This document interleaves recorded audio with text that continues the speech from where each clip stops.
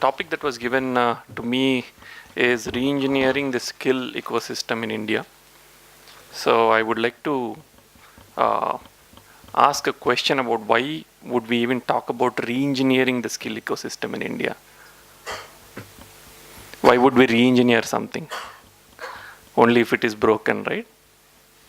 So we have a broken system. That's why we are talking about re-engineering.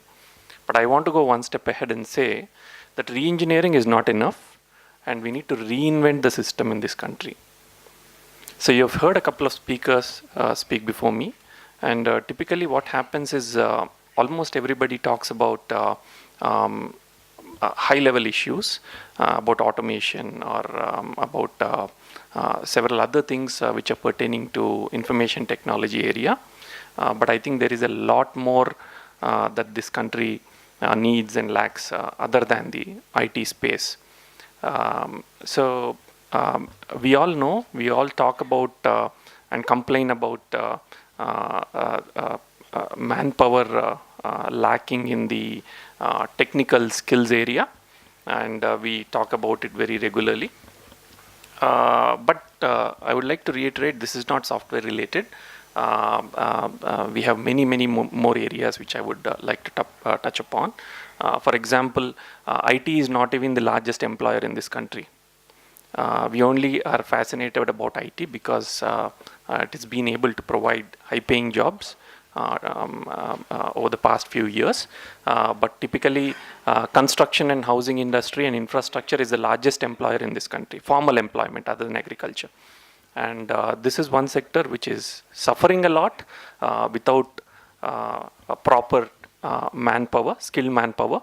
Sriram rightly mentioned about an electrician. So typically today we have a lot of apps available if you want help in such areas like a plumber or an electrician or some other technician, say a house joy. So you have an electrician that you require to attend to, and you use the app. He comes home and you don't know whether he is actually an electrician. I mean, house joy would have done their job a little bit, but they also do not rely on any certification per se, and electrician's job is a very important job, right? So today we are seeing a lot of fire accidents, we are seeing a lot of other issues happening. This is mainly because we don't have the right technical, skilled, certified manpower, right? So this is across the board, not only electricians, plumbers, masons, carpenters, you name it, everybody, welders for that matter. So, and we also have seen that a lot of companies like Sriram's company would have gone on recruitment drives all across the state, tier 2, tier 3 cities, and coming back empty-handed, not able to recruit a single candidate from an engineering college, say in Kakinada, private engineering college. Why would, I mean, that's a disaster, right? That's a real pain.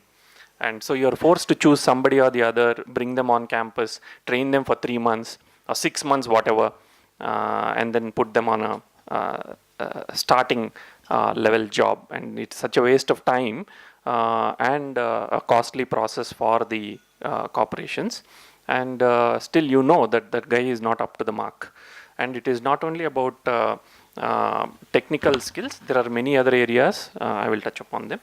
So I would say, so we all acknowledge that there is a problem, and we would like to ask a question, are we addressing this problem at the right level? Now, I'm more worried about the whole country as such, where Modi is talking about skill India, this India, that India, all sorts of make in India, all that, and it is, I totally disagree with all that. It's pessimistic, but it is true.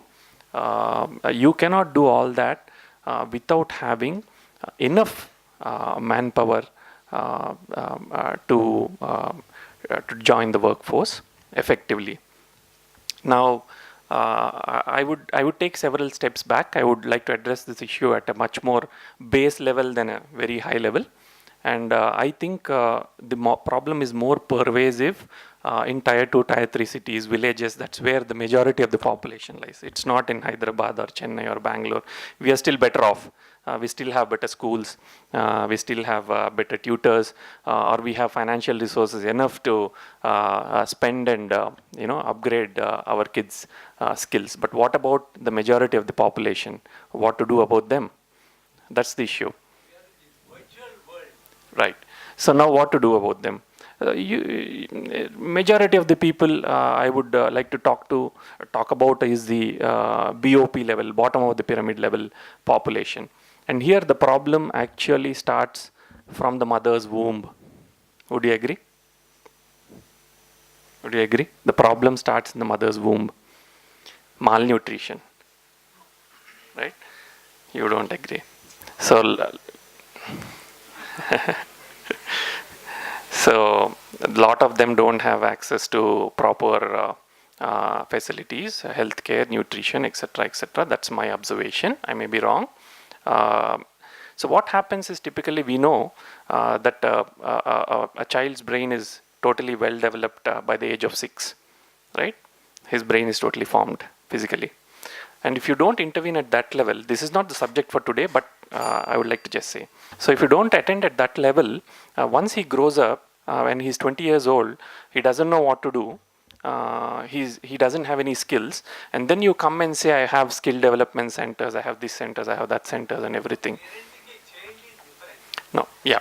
Now what I mean to say is, the government needs to think at a much more base level and prepare the individual right from that age, from elementary, primary, elementary, secondary school, and then all the attitudes that Sriram actually talked about. You intervene at regular intervals, put checks and balances in place, and make sure that the individual is physically, mentally fit to join the workforce, and also have a right teacher skill set. There are no teachers available today to teach. Everybody wants to go to IT, software. Who wants to teach? Nobody wants to teach. And if you don't have teachers, how can you skill anybody? It's not possible. And there are many more issues, and it's a big issue. So I didn't complete even half my presentation. That's the problem. But still, that is the overarching theme. So I wanted to talk more at a base level than anything else.